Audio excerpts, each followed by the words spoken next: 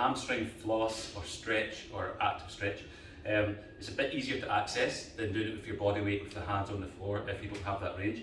But the key is, with a lot of stretching, is you want to make sure that you're using the opposite muscle and using your nervous system to tell the body it's safe to experience these end ranges.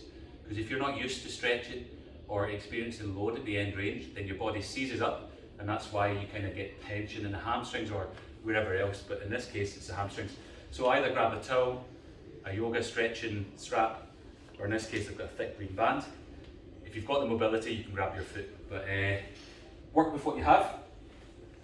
Generally you're going to want to, as a nice easy standard, be able to get your leg at 90 degrees as a minimum, hopefully further with this leg straight in the ground. You might only be here and that's fine. So get that over your foot, grab it somewhere that's comfortable, that you can create a little bit of tension, and the key is just to gradually work your range more.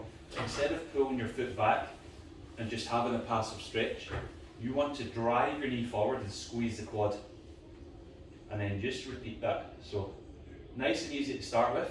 If you feel like there's a nerve sensation in the back of your leg, it might be because your toes are pointed towards your face, you've stretched the calf, and then you've overloaded that nerve that was down the back of your leg, so you can point your toes forward and still squeeze your quad, and that will take the stretch off the nerve. So just carry on and work with your breath. So the breath is key for any stretches and any adaptation.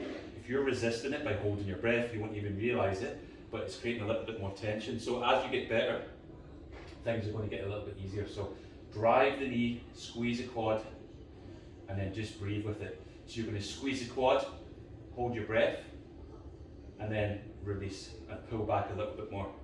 So you're taking a deep breath in, pushing that kneecap back, squeezing the quad, holding the breath for 4 seconds, and then releasing.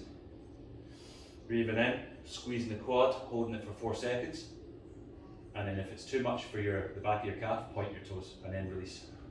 So work with what you have. This is just a neutral stance. Then you're going to play about bringing the foot across the body, and then do the same thing. Squeeze the quad, hold, and then breathe out and release. Breathing in, squeeze the quad, hold, breathe out, release. And then just work with your range. Then, wherever you are, again, you might not get as much range as me, but just make sure this leg stays down. Do the same thing here. Bend, squeeze the quad. Now we're starting to pull into the hamstring. Breathe in, squeeze the quad, hold it, and then release. And then you can get a little bit further. So work with the instructions, the time, work with your range. If you feel that you need more time, that's fine.